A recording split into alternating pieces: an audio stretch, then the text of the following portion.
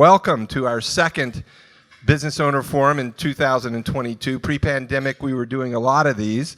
In this post-pandemic era, I think there's going to be a lot more, so we look forward to seeing you in the future.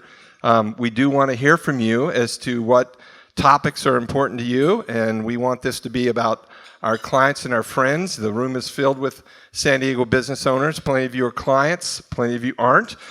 This is our way to support the business community of San Diego. This is a continuing series, as Steve said, and really we're here to provide education, share best practices, and really give you information on timely business topics. And we certainly have heard from all of you about issues on recruiting and retaining key employees. It's also an opportunity to build relationships with your peers, and hopefully today as you leave here, you'll leave with a great idea, a new relationship, and a chance to put some of the ideas you're going to hear from our panel to work. Good morning. My name is Ray Major. I am the Chief Deputy Executive of Sandag as well as the Chief Economist. Thank you for having me here to speak to you. I'd like to give you a little bit of an overview of the San Diego economy and what we're facing in terms of employment specifically.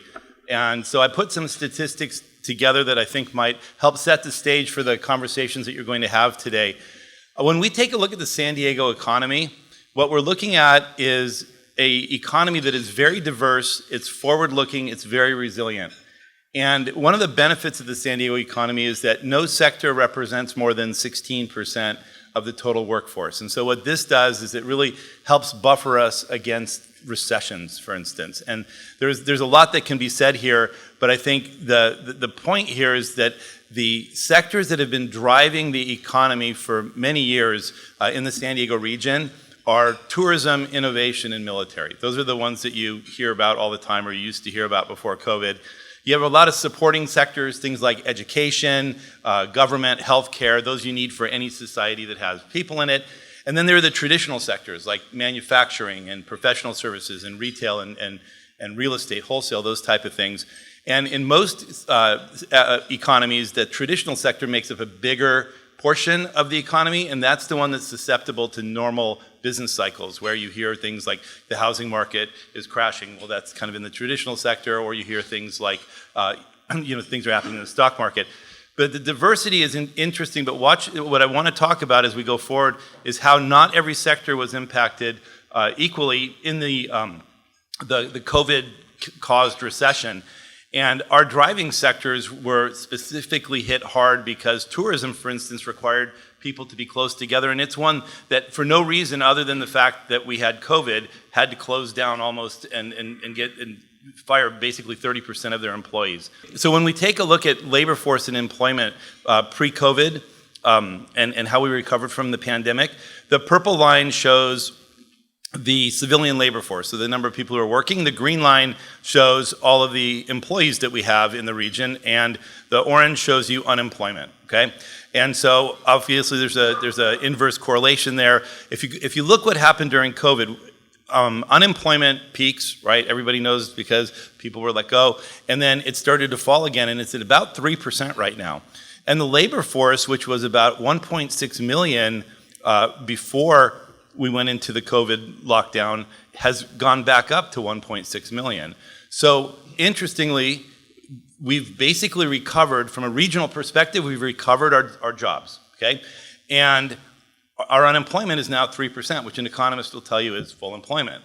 Okay? Yet the economy doesn't feel like it's exactly where it was before. And a lot of businesses are struggling to get employees, right? And so that's a symptom of having full employment.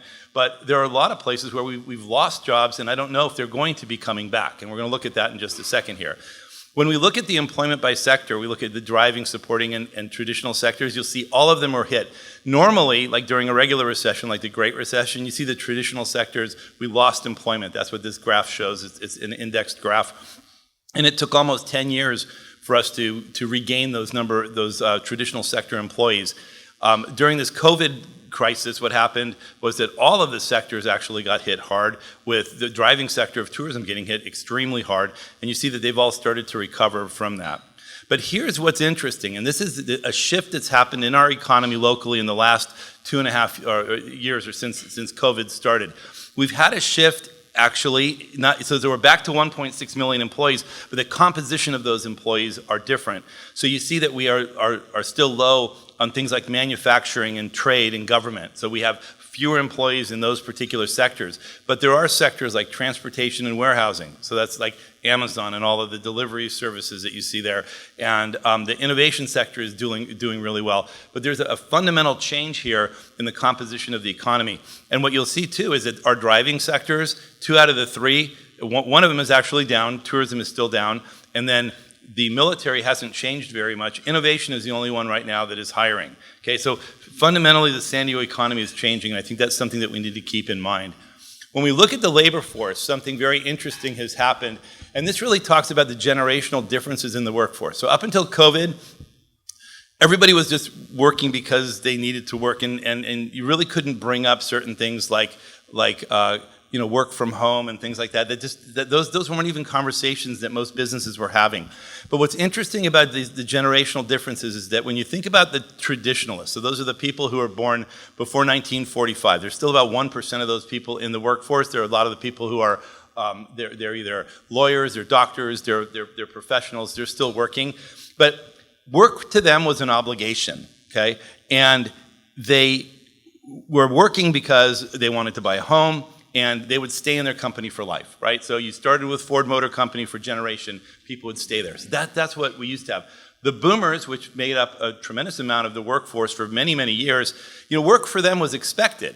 This is what we do. We work because we are looking for job security, and I'm not gonna jump jobs, and I'm loyal to my company.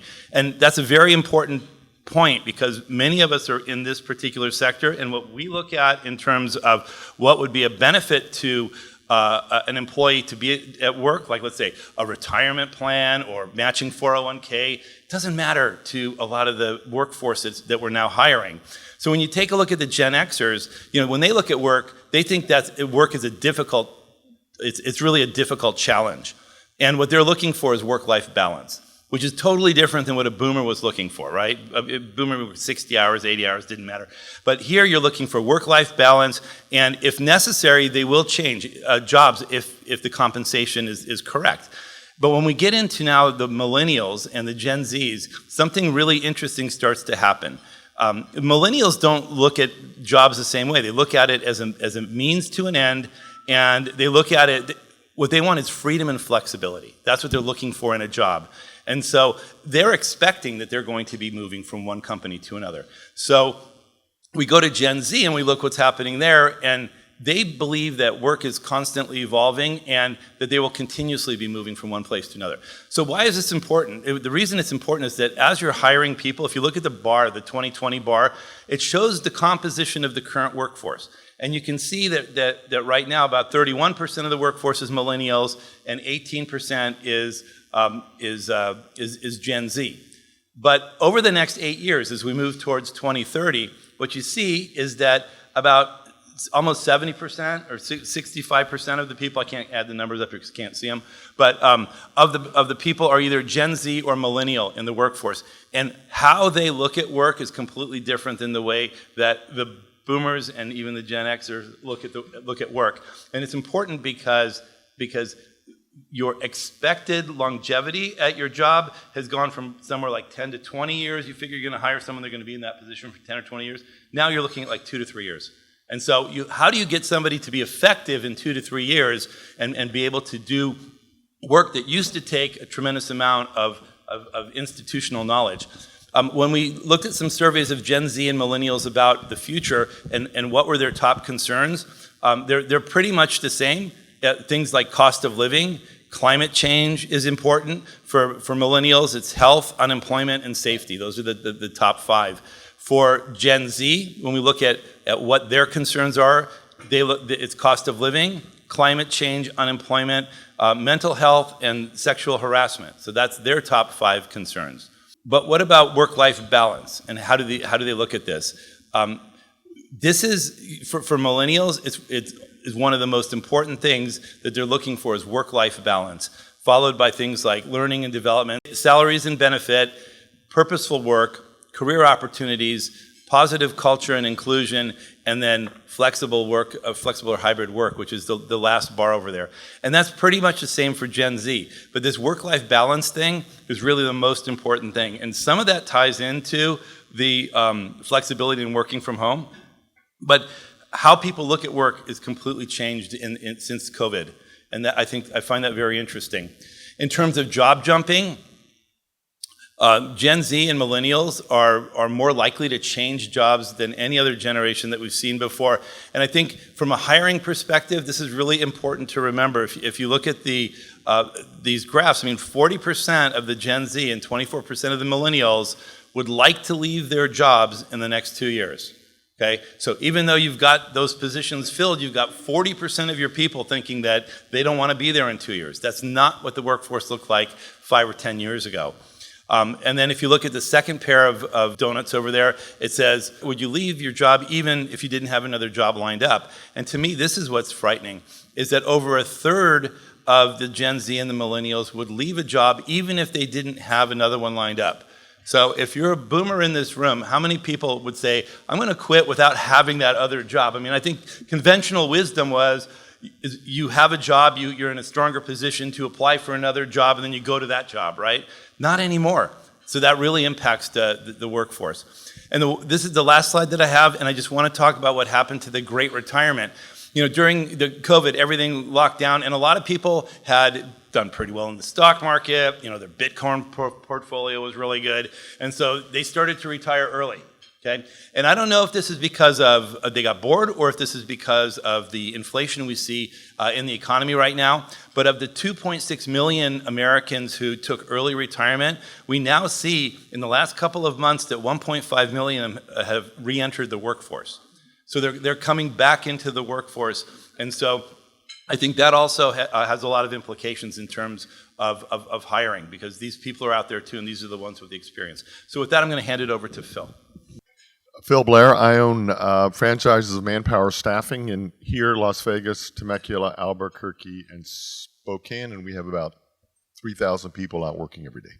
Yeah, I'm going to get into the sort of the reality of the job market, because I talk to a lot of company CEOs and owners, and they say, you know, Phil, when is this going to end? Is this like we got 2 more months of this high recruiting expenses and income and moving employees? It's here to stay, guys. This is a new norm. It's a new, you know, my take is it's 5 or 7 years of this, and we'll go into why. And I think the thing that will slow it down is technology. I bet every one of you are looking to see how I could get a machine or technology to do the work so I don't have to be hassled with employees or as many employees. And so that's a reality that big and small businesses are looking at. But the 3 issues that are really important here is the Great Resignation is a real thing. The reshuffle is a real thing. Hybrid is here to stay. Right? This isn't a passing fancy. And you saw the millennials that this is a way of life. Others don't even know, Z doesn't know any other way. They got out of college, and that's what they typically went the last years of college, remote and hybrid, and now they're accustomed to that. And the other thing is income, and it's supply and demand, and Steve will get into more issues. But there is lots of money out there in salaries because companies like all of us are desperate to have employees. So the first thing I would recommend is look at your key employees and make sure you're compensating them fairly for today. Don't wait for their review in 6 months or 9 months when it's due. We've got a very, very busy search firm, right? And there are lots of companies like me circling great employees to steal. Okay, now that I've confessed, I feel better about that. But the reality is, opportunity is knocking for your key employees. If they're a marginal employee, you're probably better off without them. But the key ones that really make your business hum, make sure you're paying them fairly. I don't care what age they are. Because it's not a 5% raise, a 20% raise. It's 30 and 50%. It's $50,000 signing bonuses. It's really because companies are desperate. They can't produce their product if I don't get 3 more employees. So I'd rather spend an extra 100, 200,000 and get my product out the door than go out of business. So that's a reality. Retirement that Ray talked about, and we are seeing some people come back, but it's a different employee that's coming back than left, right? They've sort of played golf for a year or two. And I've sort of got into a new mantra. And I'm not ready to do 60 hours a day and hit your sales goals and power through the day, right? I've started yoga, right? I'm doing Pilates. So yes, I'm coming into the job market either because I'm bored. It's funny, we're at a country club because I always use golf as the example that a lot of people, I want to play golf every day. I love golf. Well, after about a month, they're like, enough golf. You know, like, ugh. So that is a reality. But when you talk about the flood coming back and your employee that's been gone for 2 years comes back and says, hey, I'm back in sales, like, be careful of that because they're different people. Not that it's right or wrong, but they're different. The great resignation is reality. We've touched that. People are moving for money, but they're also moving for other things. And we all as business owners go to, oh, I'll pay more money, right?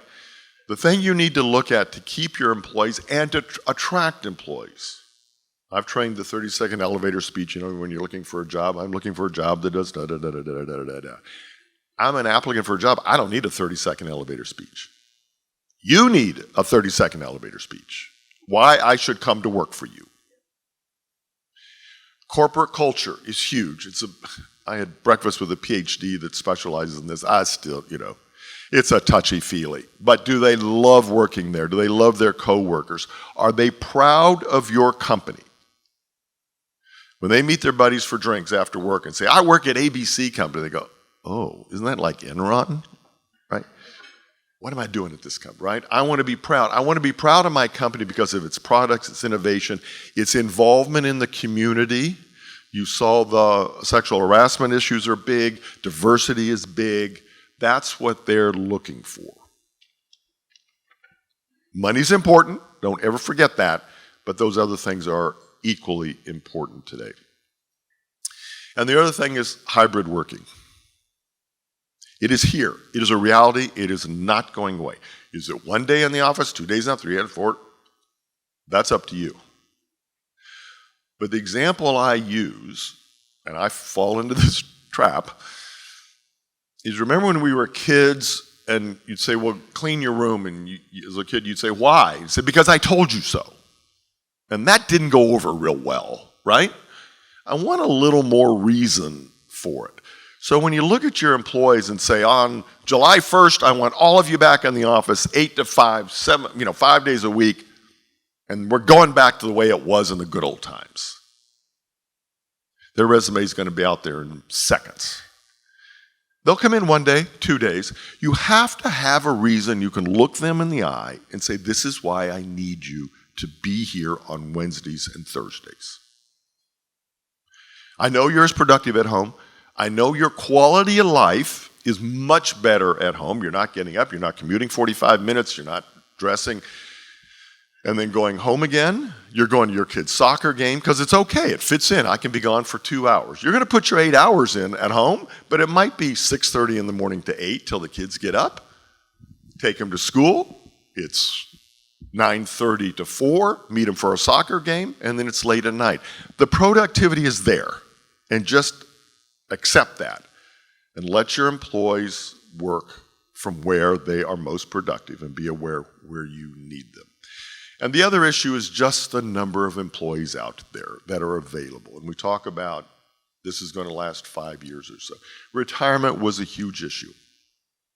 As you said, some are coming back, but they're not the ones that left. But a lot of people said, I'm out of here. After COVID, I don't want to get back in that rat race again. In San Diego and across the country, my house is now worth X.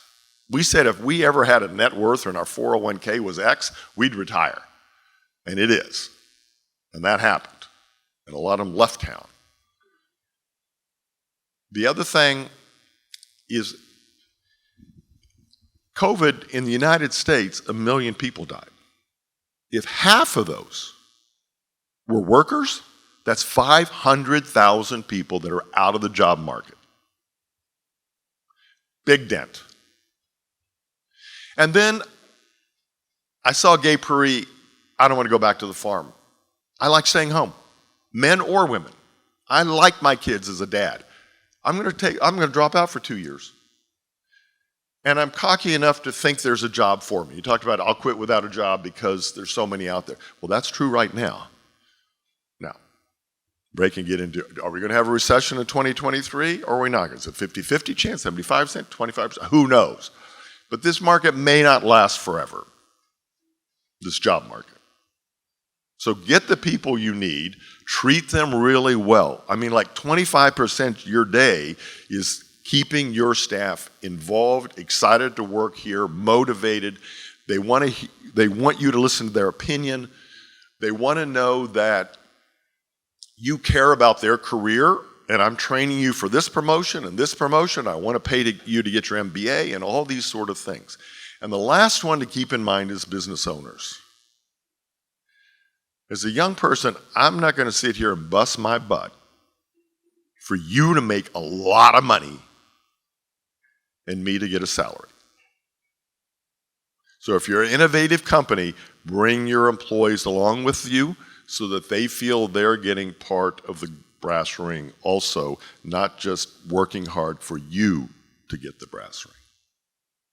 So other than that, nothing's changed, and it's a very easy operation to own and develop a company out there in San Diego. And yay, staffing, huh? My name is Don Finn. I'm an employment lawyer and done a lot of work in the HR field. I've spoken for those Visage companies more than 400 times, and a lot of the conversations about hiring and retention lately. So I want to talk about a couple of practices that we can actually use, and I've had the opportunity to work with a lot of companies over the last few years trying to get them to step up their HR game. And so the first thing I recommend to everybody is that you have a robust employee referral program. All right, so it's actually the best source of hire. People have the longest longevity and highest productivity when they are from a referred employee. Just out of curiosity, how many of you have an employee referral program? We all need to have an employee referral program. You have to have the mentality today that everybody at our company is involved in hiring. Everybody. It's because not having those employees affects everybody, so everybody's involved in it. So one thing we want to do is make sure people know what the process is to refer people. The fear of referring somebody is that they don't work out and the finger's going to be pointing back at you. All right? So we've got to let them know, look, this is the criteria that we're after. It's our responsibility to actually hire that person. But don't refer your loser brother-in-law because your sister wants him out of the house, okay? Just don't do that to us, all right? You know our culture. You know what we're after. Try to get somebody like that in. Then make it easy for them. Have QR codes. Give them things that they can hand to people. Make it easy for them to refer somebody. They're out shopping. They see somebody doing a good job. Hey, you would be great to come work for us. Have them be able to hand something to that person. And then there has to be, as I call, enough juice in the system. There has to be enough money to get past the fear of it, okay? So I was just speaking outside of Kansas City not too long ago at a big material handling company. They got $18 an hour forklift operators that they're paying a $2,500 sign-up bonus and a $2,500 referral bonus for. Because if they don't get that work done, the lost opportunity cost swamps that $5,000, all right? So there's got to be enough juice in the system to get people to really want to do it. Now, how long does it actually take somebody to refer somebody? 15 minutes? You know, to talk to them about something? And if you can get even $1,000 for that, you just made $4,000 an hour. So I would tell them, hey, how would you like to make $4,000 an hour? This is how you can do it. I would have the beautiful electric bike that's worth $1,000 and put that in the lobby or put that on a Facebook page. Next person who refers somebody gets that bike. Make it very visceral to them, okay? And bring some fun into this. You don't have to figure it out by yourselves. Let the employees get involved in building that referral program. So, referral programs. The second thing I look at, the big difference between as we age down is the amount of video we consume in our life. So I look at my son, he's looking at video all day long, whether it's 15 seconds or it's 5 minutes, but it's a very video-based world for them. So if I go to your website, first of all, am I even going to find your hiring page? Sometimes it's really funny. I have a difficulty finding the hiring page. It might be under About. I have to look at the site map. So you don't want to do that if hiring is your number one issue, right? And on your hiring page, there should be at least 3 videos. One from the CEO talking about who we are. As Phil said, you set the standard, right? Who am I going to trust talking about where the company is going more than the ownership of the CEO of the company? So that's the first video. The second video is going to be a day in the life video, and I have an example up here from Right Tree Service. I spoke to them as one of the Vistage members, and their videos are awesome. So they go up in national forests and state forests, and they clear around power lines because you know the problem we have with forest fires and power lines, right? So when you're spending $1 billion on damages, you can afford to trim a couple of them. And their videos are awesome. You see a guy waking up, slamming an alarm clock, grabbing Red Bull, putting on the big work boots, getting into that big diesel truck, blah, blah, blah, blah, driving up country roads. You see the power line. They're up on the forklift, rising up, looking over everything. The big ning, ning, ning, ning, ning. I think Don wants this job. No, I'm telling you, I geeked out on that video. I clicked it again. This shit is cool, you know? So, do you have a video that people can geek out on? Why not? Every one of us has some meaning in the work that we do. If not, you ought to be doing something else in life, right? So you ought to be able to show the meaning and the fun and what a day in the life is working with us. And that's probably the only video you have to get decently produced because there's going to be a lot of splicing and editing, things like that. Now, the third videos, with an S, are from existing employees. Because who is a prospect going to trust more than anybody else? A CEO, a manager, or an existing employee? They're going to trust a peer. So when the peers talk about why they love working there, it does 2 things. Now they have to live up in conformity with their testimony. People testify in church, so they have to live up to their testimony. Well, we get them testifying on our websites, and they have to live up to their testimony on our websites. And I even go so far as if you're going to hire a position to work on this team, get a video of that team, put them up and say, hey, you're going to come work with us. All right, we'd love to have you on board. So take advantage of the video. Interesting, I probably have created as many personnel forms as anybody in the country, and when I looked at all of what we've got going on there, of course I saw exit interviews, and then I asked a silly question, how come we don't have entrance interviews? Don't you want to know why they came to work for you in the first place? You know, imagine you hadn't dated in a while and say, hey, I'm just curious, why'd you say yes to me? Nobody else has in a while, okay? All right, so you want to find out why they came to work for you. And as just mentioned, a lot of the young workers are not very motivated in your 401k or your health plan or something like that. And yet you're parading your 401k and your health plan. That's not even on their radar. So you want to know why people decided to say yes. You want to ask them that right away. So now you know what the market is telling you why they came to work. And so you can double down on that and go back to the market with that information. Okay? And it also helps you when you know this person, you want to be engaging with them, you know what some of their triggers are about working for you and why they came in right out of the gate. Now, one thing I like to teach people is the math of HR. Who wants to tell me how much their last bad hire cost them? Anybody got a number? Pick a number, any number. Usually when I ask that question, it starts at 50 grand because you're not thinking low-level rank and file, okay? It usually starts at 50 grand. And what I've learned of looking at data over the time is that the one-to-one and turnover cost is about 50 grand. So it costs approximately 50 grand to place somebody who earns 50 grand. It costs less percentage-wise below and more percentage-wise above. So you can just figure that's the cost of turnover, and at that, you want to know the math. You want to know the cost of hire. HR people, I run a group of HR people, it takes forever for them to hire somebody right now. They spend a third to half of their day, a lot of them, in the hiring process. You put all that time into how much they put into hiring, you put the math behind it, you realize, heck, it'd be a lot smarter to have a good referral bonus than have my HR person spend 25 grand of their time to hire the next employee, all right?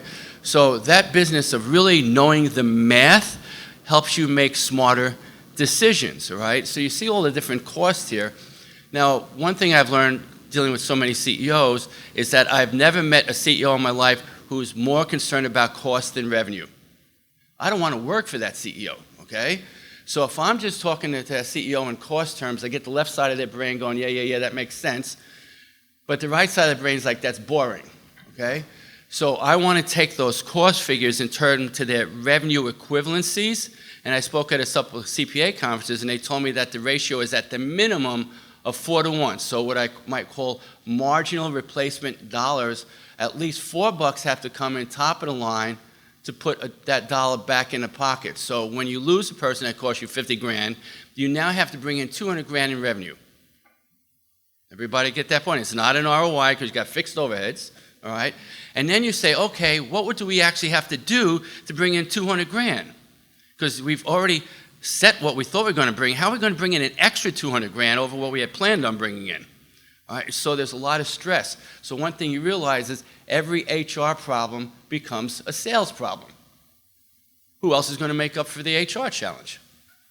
And one of the things I see going on right now is leadership, the ownership of the companies are not having the conversation about compensation. They're hiding from the conversation about compensation. And if you folks don't take it on its head and let people know what we're going to do about this, the elephant in the room, then everybody else's message about that conversation controls, and you lost the conversation. So don't hide from the conversation. Get on top of the conversation so they know you're trying to do something about it, and try to be inclusive of it. We can't figure this whole compensation thing out by ourselves. You know, this is why we're going to try to up everybody's pay over time, because we have to bill more to be able to have the cash to be able to do that. But have the conversation, don't hide from the conversation. That's what I see most people doing. I'm Tim Silvera. I'm the president of Optimum Comp Advantage, and it kind of gives away what we do. We're compensation consultants. We specialize in executive, broad-based, and sales compensation designs and practices for companies. We heard a lot of really good information from Ray, Phil, and Don. So I'm not going to go over this information in terms of the Great Resignation. There's a lot of information on this slide. But again, as Don mentioned, you really have to make this based on data. Make your decisions based on data. And when you look at the last box here, it's about what's causing your turnover. Is it competitive base pay? It's not about fair pay. Fair pay is a good word, but it's really about competitive. Fair is arbitrary. Fair, you might be looking internal. Is this person fairly paid versus somebody else? But you really have to know the market to understand the competitive environment that you're working in. Okay, is it time between promotions? There's companies still out there that say, we're only going to promote people once a year. Well, that's crazy, because people need to be promoted when they're ready for promotion, not when the company decides they're ready for promotion, or they leave. Okay, so that's really what's happening. As we know, millennials, we train them to look for jobs from when they got out of college, because there was very few jobs then. And so what we did was we got them as cheap as possible, and then we said, hey, you're now part of the merit increase process, and you get a 2 to 4% raise. And they said, up yours, I'm going to move on because I can get a job somewhere else. Okay, so that's what but now they're the same situation. They live in that environment where if you're not on top of pay, they're going to move, because we've trained them to find their own career path in the marketplace. The last piece, so about promotions. And I just want to, last point, old mindset. We've heard all the speakers talk about you can't do it the way you've done it a long time ago. So you really have to get into a modern mindset. You can't tell everybody to come back to work and be in the office. It's not going to work. So I just wanted to point those out on this slide. Now, this slide's important because how many people in the room were a manager in 1987, 89? A long time ago, right? Okay, so this slide actually says the merit budget or salary increase budget is roughly 4%. Well, in 1987 and 89 and 88, it was 20% because the market was moving that fast. So think about that in terms of today. Today's nothing compared to 1987. The other thing to know about this slide, and down in the black box, it actually on the green box on the bottom, it talks about market movement. Wage movement was about 4%, a little bit over 4% over the last year, okay? For 20 years, it ranged from 98% to 102%, because there was years that it went down. 2008, 2007, those years, the wage structure declined. And so then you look at, well, 4% this last year. Well, 4% is 2x of the highest year over the last 20 years. And it's going to be 4% next year, and possibly 4% the year after, and 4% the year after. As Phil talked about, 5 to 7 years that this is going to continue. So you think about, how do I then stay competitive in the marketplace over that period of time? And as you see, we're going to, as everybody talked about, the employment availability to fill jobs is not necessarily just about people, it's about qualified people. So you might not be able to find qualified people to fill your jobs. So that's going on this slide. So what I want to talk about more is, we started this study, and we can give you more data on this. We started this study for the millennial generation 10 years ago, and we were asking, what's important to employees? And the reason I bring this slide up, because what's important to employees is competitive base pay. It has been for every generation, but the millennials even more so, okay, because of the way we treated them when they were getting out of college and they would move. So you got to remember, base pay is competitive, so you got to be on top of what is competitive base pay. The Great Resignation isn't about, oh wow, I got a new job and they're giving me a 30% target incentive. You've never heard anybody say that. You hear people saying, hey, I got a 30% raise. Well, of course, that's a very small, you hear about it, but it's a very small population that's getting 30% raises. And I would tell you, the people that are getting 30% raises are people that have fallen way behind the market and finally realized that they're way behind the market, and so they move jobs. So they get a 30% raise. I actually am a consultant for a large company. It has 3,500 employees. It's in Orange County. And we basically started putting in real, unique, modernized compensation practices. During the Great Resignation, their turnover is 10%, which it's been 10% for the last 10 years. So the Great Resignation did not impact their turnover because they had modern compensation practices that focused on competitive pay, focused on dynamic, modern incentive plans. So these are the types of things. And again, this whole, and I'm going to talk about this a little later, the whole thing about is having interesting, challenging work for employees, but also what's a career progression? Building that into your structure to retain employees. Why did the millennials leave their jobs during the last 10 years? Because of career progression. Companies aren't managing that or showing people how they can grow within the company that they're currently working in, so people will go find their own career path outside of your organization. Okay, so this is really cool, and I want to talk about this. A modern compensation practice.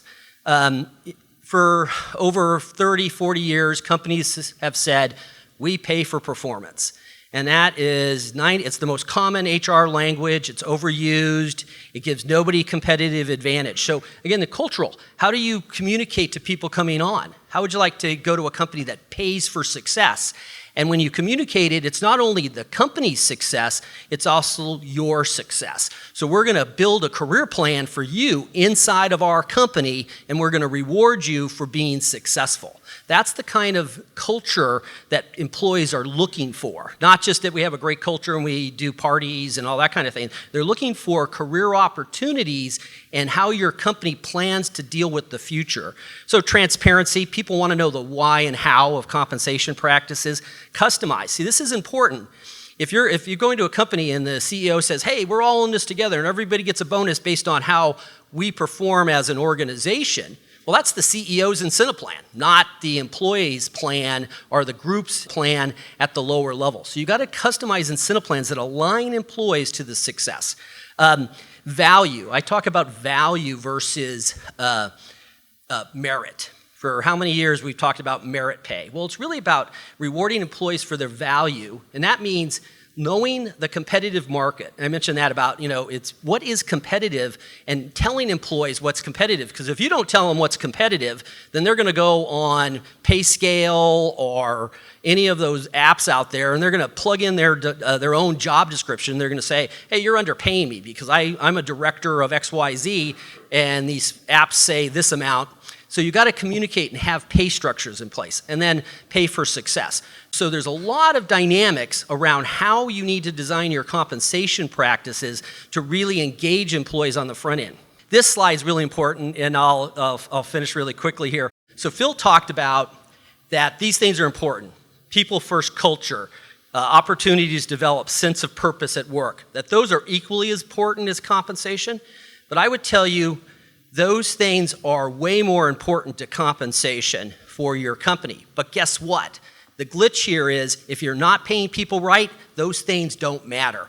Nobody's going to go to a company just because they have a great culture and then they're going to say, hey, but we're going to pay you a minimum wage for an executive job. I mean, that's an extreme example. But so foundationally, you have to pay people right to get the advantage of the culture, of the career opportunity, of the sense of purpose at work. So it's really foundational, having your compensation practices that actually dictate how you are going to reward people. Because pay is king, as I mentioned, pay is absolutely king, but those other things is what retain employees for the long term. And the other thing, and Phil talked about this, target your key strategic top performers that impact your business. I've heard companies go, well, look, we're going to give everybody a cost of living increase of 3% or 4%. Well, that's a mistake because that's just peanut buttering it instead of really going in and look, who is our top person? How are they paid today versus the competitive market? I've seen the mistake of just giving everybody a raise, and that what usually happens when you do that, you overpay some people, and then you continue to underpay other people. So it's really data-driven assessment of the competitive market and the person's value on a person-by-person basis. That sounds like a lot of work, and it is, but that's really what you need to focus on. Now, we want to hear from you what you're doing, what are best practices, or your questions to the panel. So, Dan, I think you're going to give us an example. Yeah, I'm going to share two experience shares. One is on attracting key employees, and the second is on retaining them. So for attracting, about 30 years ago, I was coming up in my career, and the CEO said, here are your sales goals, but you also have a goal of recruiting key employees. And I have been recruiting key employees for 30 years and developing a farm club. So whenever we have an opening, usually my executive team comes to me first, and they say, Dan, we need another key employee. And there's usually a farm club that I've been talking to for years, not days, not just when the opening's there, and it's been very effective in filling those slots. The second is now retaining key employees. Chad Rule, about 5 years ago, raise your hand, Chad, came up to me and he said, hey, I want you to read this book. You're starting the bank called Traction. And I looked at it and said, same old, same stuff, threw it away. Then a year went by and Steve came up to me and he said, Dan, you think everyone knows where we're going, how we're going to get there, we're communicating well, but you're CEO. We got to do this thing called EOS. Ron, raise your hand.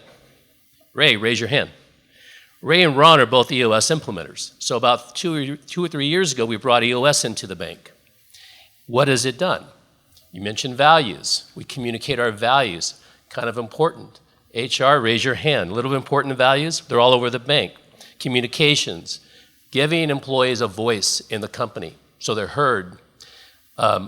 Answering the question, what's in it for me, for every employee, and where are we going? And it has been a game changer.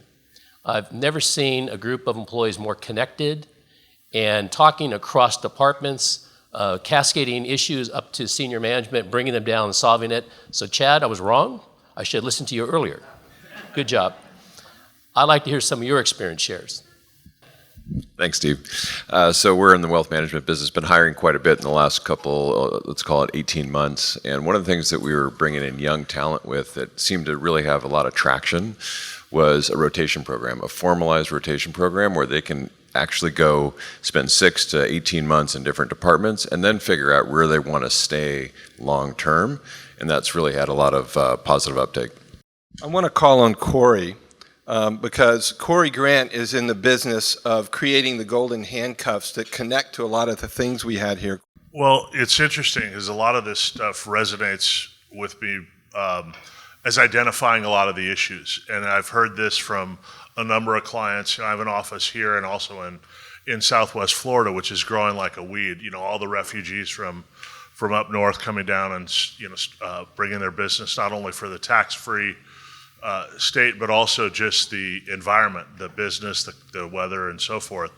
And what we've really seen is a lot of folks, that whole quality of life is important, but when you have a family business, you don't have stock options to give them meaningful compensation. So we've seen a lot of creative deferred compensation, sort of, hey, I'll pay you X today, but you got to work with me and know that in 10 years I want you here, or in 7 years we're going to punch out to private equity and I want you part of the deal. So if you're here, every year that you're here you vest, and if you leave in 5 years, there's a meaningful pile of money that you're leaving behind. So that's something that's really resonated with being able to attract, at least at the C-suite and managerial levels, where you offer a meaningful deferred compensation. And pre-COVID, it was 20 or 50% of salary. We just completed a deal with a nonprofit in Florida where they are offering retention that's 100% of the salary match, funded by, in this case it's funded by a donor, but we saw similar increases in the for-profit world where we've got folks that are, saying, hey, I used to set aside 50% of an employee's salary to put in their retention plan. And now it's going up from that. We're seeing that uptrend to get the key people. And folks like those plans because you don't have to include everybody. You don't have to include, the 4 people that you don't. And you can vary different levels. So you could say, well, hey, I'm gonna give Dan more than I'm gonna give Steve. And nobody's gonna know, but I don't like that plan. I figured as much. But anyway, thank you. That's a growing trend, and I think we'll keep seeing that going forward. Corey, about phantom stock plans. Well, this is a little bit phantom stock plan. I mean, every type of plan is really a deferred compensation program, and whether it's tied to the performance of the stock, which is phantom stock type of a plan, or a SARS-CEP. There's alphabet soup of all the different types of plans and programs that are out there. What you want to make sure is that you have a meaningful vesting schedule and something that's real, something that you as the employee feel, okay, I can hit this bogey, and then the employer also feels this is something meaningful that's going to keep my people, and they're not going to leave 4 or 5 years down the road when they've got partial vesting. So it's got to be meaningful on both sides, and that's kind of a teeter-totter that you have to work with. I have a question as it relates to smaller business. And I understand everything that the panel said about being creative with compensation and incentive. I have 10 people on my team. I make an analogy to a baseball team. Every person on the team has a position and plays that role. The good and bad of that is we can develop very high quality people in every position, but I have no bench. So when we talk about some of the ideas that you have with compensation and retention, to me it makes sense when you have people competing for the starting roles. What advice would you have for a smaller organization as it relates to retention, compensation, incentive pay, to keep the starters performing at the highest level and incentivized to continue to perform? Because there's no bench. You talk about key employees. When you have a baseball team and you've got 10 people, I'm the player coach, everyone's important. Everybody is key on the team. 2 quick things. One is cross-training, so that if you do lose one, they don't have to all learn the same skill set, but they got to be able to cover for each other until you replace them. The other thing I would encourage you to do is to ask the employee about compensation plans. If you got a young family, we have a lot of young employees that started with us young and have been with us a really long time. They wanted money when they had little kids, not when they hit 65. So they wanted a % of net profit, and they wanted it now, right? Because they needed it. Somebody that's in their 50 goes, I'm cool, kids are out of college, I'll roll the dice and take a share. We've looked at this phantom stock, and what we found was our people wanted the money now, not in the future. And when you talk about money in the future, you got to be really confident it's going to happen. because you tease them with, in 15 years, you'll get X, and the market changes, your business collapses, the competitor takes over, you don't sell the business for what you thought, all of that stuff happens, and the employee goes, I just sort of put my life savings on the roll with you, and I got 10% of what you talked to me about. And that's a tough conversation to have. So, but if they said, this is the plan I want for me right now, and you may change it as they get older or with you longer, or you want to incentivize them. It's not in cement, but I think that's important to address what they need at this time in their lives. I have a thought for you about the employees. So I had a small company like that as well, and one of the things I did is I created a form, why I deserve a raise. And I allowed my employees to come to me with that form completed out, how they've added more value so that they can show how they've earned a raise. And one of the ways I told them that they can earn a raise is if I'm paying $100,000 a year, I'm paying them $50 an hour, how much $20 an hour work do you want them doing? None. How many people you know would get upset getting paid $50 an hour to do $20 an hour work? None, all right? So I didn't give myself and I didn't give my employees that choice. I wouldn't allow my employees to get paid $50 an hour to do $20 an hour work. And what I realized is when I took that $20 an hour work from them, away from them, and hired a $20 an hour employee to do that work, all of them became more valuable, thereby earning a raise. Okay, so it's just good math, all right? So think about when you look at that workforce, how many of you are still doing $20 an hour work, never mind anybody else, okay? Just to add to that, years ago, a group of employees came to me and wanted to redesign their comp plan. I said, great, but I want you to put on your CEO hat. So let me give you some rules of engagement. We got to make money. I'm going to go all through the drills that you all know what is important if you're going to design a plan. And they brought version after version to me, and what I would do is I would punch holes in the plan, the things they hadn't considered. They start off with how much money they're going to make, but that hurts shareholders, that hurts the company. And eventually, after about 4 or 5 versions, the empathy kicked in, and now we're talking the same language. But giving them the chance to actually design their own comp plan and experience what it is to be in your shoes as CEO of your company was enlightening for them. Haven't done that recently because I think the last time they were so frustrated they gave it back to me and I just designed it. But I might try it again. So I run a small organization. There's 10 of us, and everybody is important, as the example that was given. But there's degrees of importance. You look at them and you say, well, who's the most important? Well, I have a director of client compensation practices, client development. He's the most important to our business. And then I have a VP of business development. Well, we got to have the business coming in. And then I have senior consultants, and then I have consultants, and I have analysts. So, I mean, everybody's important to get the work done at the different levels, but so you have to then prioritize that. And then you have to know the market. Don mentioned, a chart about, why do I get a raise? Well, my employees never ask for a raise. I know the market, of course, that's my business, and I'm paying them before they basically are at that level. Because I'm saying, you're trending up. I'm going to pay you this because this is what the market is. So it's being on top of it and being advanced. Don't wait for them to ask. Give it to them in advance, that type of thing. The other thing is all the 4 key employees, they're owners of the organization. They own a significant portion of the company. We're a small business. So I believe it's about, aligning them and finding commitment, but it's also about what we heard about having that pipeline. I have 2 of my youngest employees always connected to San Diego State University and the HR program, finding new employees. If I can bring in a person at entry-level pay and train them from the ground up, I have a pipeline of talent from the outside. I don't have to have the pipeline and the backup people on the team. I have them in the marketplace, so I know who I'm going to go find when I need to replace, because people are going to leave. One of my senior consultants who had worked for me for 6.5 years got sucked into the great reshuffle, 50% raise in 2 years, 2 different jobs. So, and I couldn't compete with that.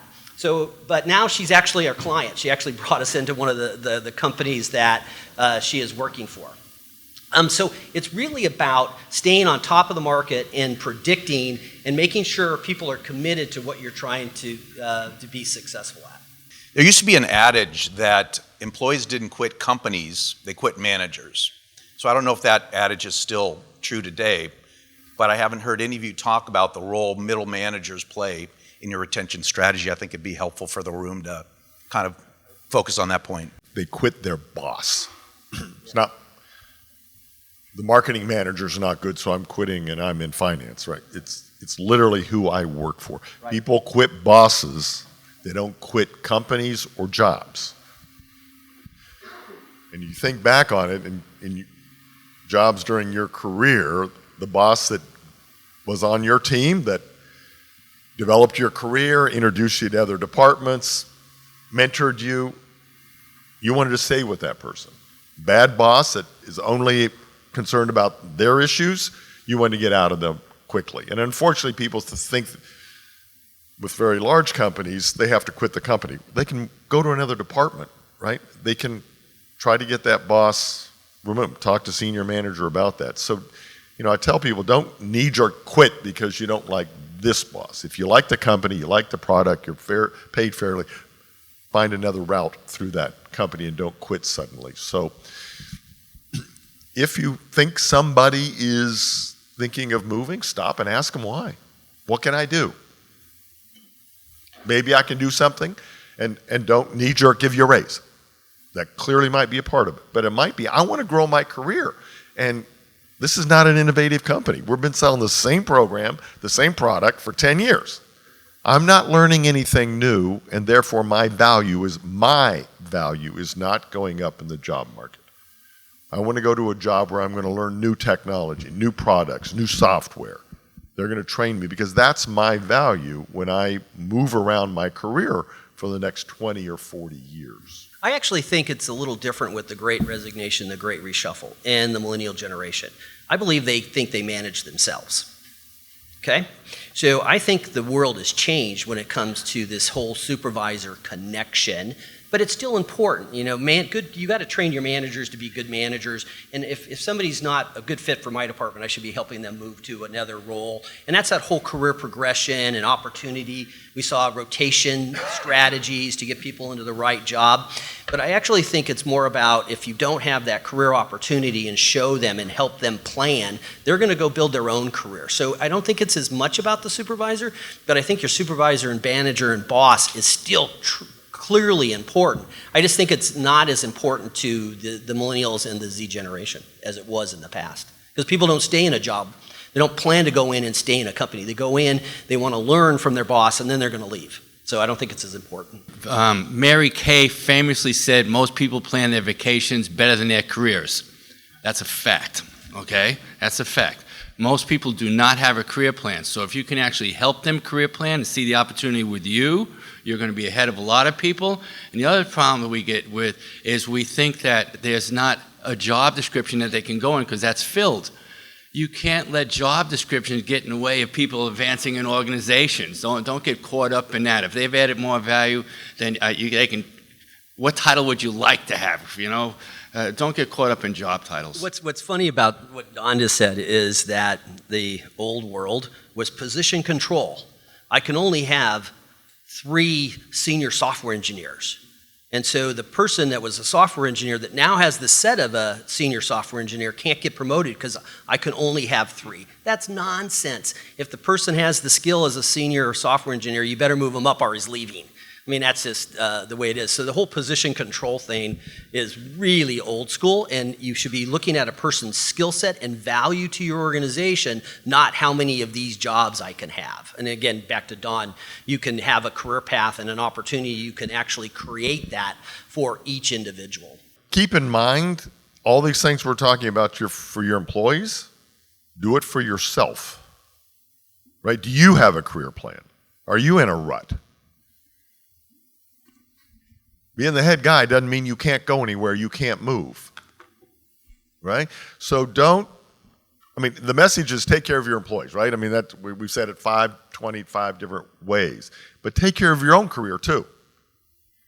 My mantra is I want everybody I coach to wake up in the morning excited to go to work. Why they're excited, I don't care. They're just anxious and excited to go to work. They love their coworkers, they're making a lot of money, they are growing, they're mentored, you know, all that stuff.